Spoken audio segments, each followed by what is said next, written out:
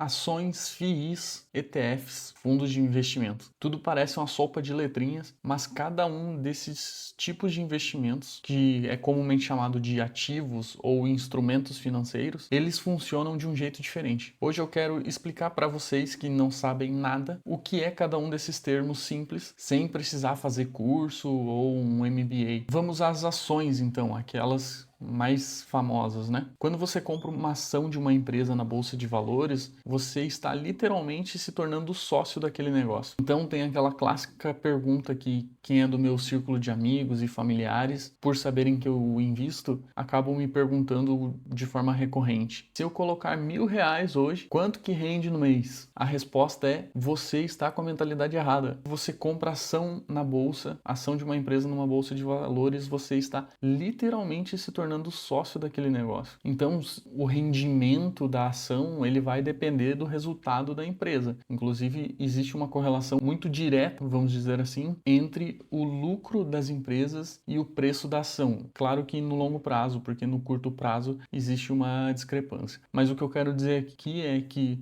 a resposta que eu dou para eles é basicamente essa. Então, se a empresa vai bem, o rendimento que ela vai ter vai ser a valorização da ação e a distribuição de dividendos se a gestão da empresa optar por fazer a distribuição. E para quem não sabe o que é dividendos, dividendos é o nome dado à distribuição de lucros da empresa. Então, seria equivalente, seria análogo a os juros da poupança, para quem é muito leigo, né? Então, se a empresa vai bem, ela vai distribuir esses dividendos como forma de remuneração aos acionistas e, além disso, né, tem o preço da ação que costuma se valorizar. Com relação aos dividendos, ele é proporcional à tua participação no negócio. Então, vamos supor que tem uma empresa que tem, sei lá, 1 milhão de ações sendo negociado na bolsa de valores e você compra 50% dessas ações. Quando a gestão decidir distribuir os dividendos, ou seja, os juros, né, os juros dessa aplicação, você vai receber equivalente à sua participação. Se você comprou 50% das ações e eles distribuírem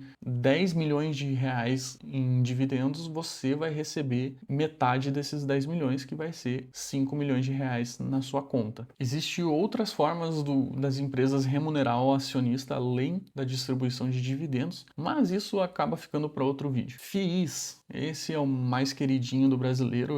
Os brasileiros costumam ingressar na renda variável através dos FIIs por ser um tipo de instrumento financeiro que é muito semelhante ao que está no dia a dia do brasileiro médio e é palpável, né? Então, FIIs significa fundos de investimentos imobiliários e da mesma forma que as ações, você compra participação nesses fundos. Então, só tem um nome diferente, ao invés de ação, se chama cotas. E como que funciona o fundo imobiliário? É um CNPJ, tá? Um CNPJ onde tem um gestor ali no meio e várias pessoas trabalhando em volta, é claro, que o objetivo é, a grande maioria, né, é adquirir imóveis e fazer a locação desses imóveis seja para empresas ou para pessoa física. No geral, o que mais tem na bolsa é fundos imobiliários destinados para aluguel, né, que focam em alugar para pessoa jurídica. Então, assim, o resumo é basicamente o FII significa Fundo de Investimento Imobiliário e ele consiste numa empresa que vai comprar vários imóveis e alugar para dezenas de empresas ou pessoas físicas. Seria como você comprar um apartamento e botar para alugar, só que a diferença é que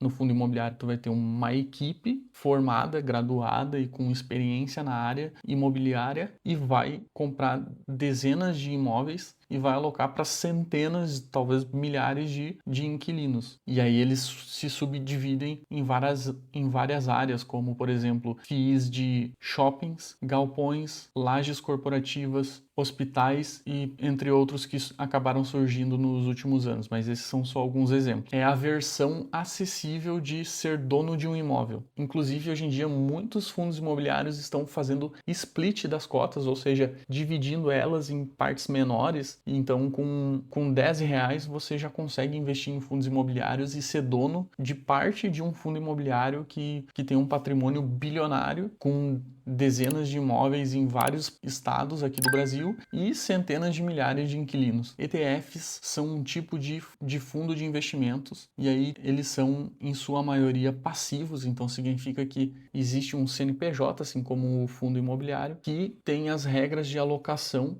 e aí o gestor não tem liberdade para fazer uma movimentação na carteira diferente do que está nessas regras, né? E aí esse CNPJ é constituído, né? Essa empresa é constituída, vai seguir as regras e basicamente os ETFs passivos, que são a maioria, ele basicamente busca criar uma carteira que replica um índice. Um índice é uma carteira teórica, né? Uma carteira de mentirinha que serve para acompanhar como que o mercado está funcionando. Então o ETF ele pega essa carteira de mentirinha e vai buscar replicar ela de forma real, né? Então, por exemplo, aqui no Brasil a gente tem o BOVA11, que ele é um ETF que busca replicar a performance do Ibovespa. O Ibovespa muita gente já conhece, o Ibovespa vai e volta, ele aparece no Jornal Nacional. Aquilo lá é uma carteira teórica de ativos que busca representar como que funciona, como está a performance das empresas aqui do Brasil. Então o ETF vai lá e compra,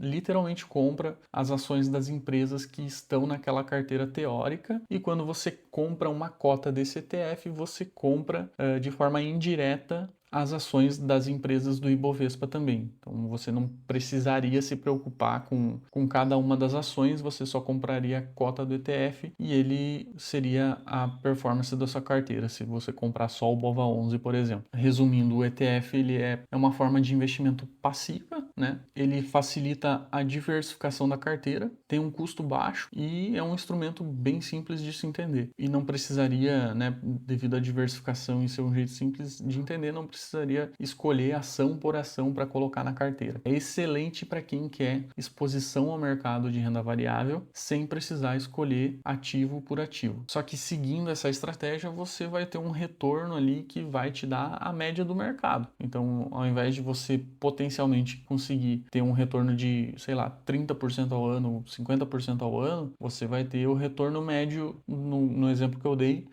do Ibovespa, que eu não sei quanto que está agora, mas imagino que seja algo em torno de 10, 15%, né? Não sei. Posso dar uma olhada e colocar aqui na tela para vocês. Eu particularmente gosto de me expor com ETFs lá nos Estados Unidos devido à tributação, né? Aqui os ETFs, eles não distribuem os dividendos e quando você vende ele, você tem que pagar um imposto em cima do lucro real, né? Então eu tenho minha carteira, uma exposição ETF, ela é bem pequenininha, eu acho que está em torno de 10, 15, no máximo 20%, e o restante eu seleciono cada ativo da carteira. Então eu tenho stocks, REITs, ETFs e Bitcoin. Hoje eu não tenho exposição diretamente ao Brasil, eu pretendo reiniciar a minha exposição no Brasil, né? Eu já tive ativos aqui dentro no Brasil, mas eu decidi vender para assumir mais risco e ter mais retorno lá fora. Até se você acha interessante, eu posso abrir minha carteira no canal, só deixar nos comentários se é algo do interesse de vocês, beleza? E aí eu explico toda a minha estratégia, por que eu não invisto no momento do Brasil, quando eu vou voltar a investir, se eu vou voltar a investir,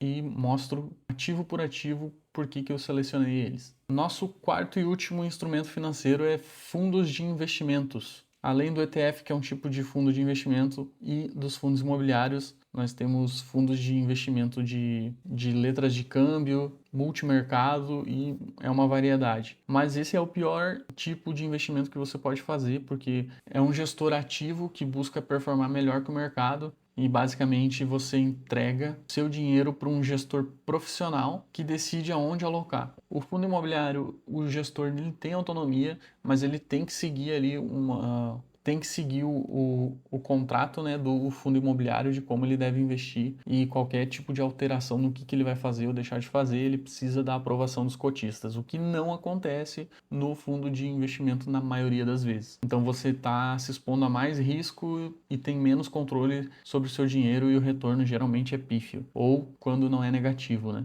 Então, assim, para resumir as vantagens e desvantagens do fundo de investimento, você vai ter a gestão profissional, que é basicamente essa vantagem. A desvantagem é que você vai ter taxa de administração. Também tem nos ETFs, mas lá nos Estados Unidos a taxa é bem baixa. Aqui no Brasil eu não sei como é que tá, porque eu nunca investi em ETFs aqui no Brasil, porque eu não gosto da estrutura deles. Então a desvantagem é taxa de administração. E também temos taxa de performance, que acaba corroendo o retorno do fundo de investimentos. Geralmente eles divulgam o retorno bruto, se eu não me engano. é preciso comparar muito bem em qual fundo de investimento você vai colocar. Então, se você for alocar em fundo de investimento, compare bem antes com todos os outros fundos do mercado e outros tipos de ativo. E como esse não é o foco aqui do canal, porque eu não acredito nesse tipo de instrumento, inclusive tem inúmeras matérias que falam sobre o retorno desse tipo de investimento, do retorno dos gestores, que é pífio. A maioria não bate os índices, então agora que você sabe o que é o índice e o que é o ETF, basicamente você comprando um ETF é bem provável que você performe melhor do que um gestor de fundo de investimentos. Eu vou deixar uma notícia aqui de exemplo na tela, dá uma olhadinha aqui. Fechou? Esse foi o primeiro vídeo, né? Explicando um pouco sobre os ativos. No próximo eu vou falar sobre os investimentos no exterior, explicando o que é cada termo, que é o básico que você precisa saber para começar a investir no exterior. Essa é a ideia do canal, fazer um curso, um mini curso, né? Gratuito, com um conteúdo ordenado e não espalhado pelo canal. E depois da parte 2 eu vou para a parte de criptomoedas, que eu vou falar basicamente só sobre Bitcoin, porque é o único ativo que vale a pena. Então, se você gosta desse tipo de conteúdo e está aprendendo, se inscreve no canal, vai ajudar demais, e ativa o sininho também para acompanhar os próximos vídeos. E eu não vejo a hora de a gente adentrar na parte mais avançada, fazer análises mais técnicas para você conseguir investir cada vez melhor. E eu também vou aprender muito com vocês e vamos buscar aí o nosso primeiro milhão. Fechou? Tamo junto, valeu!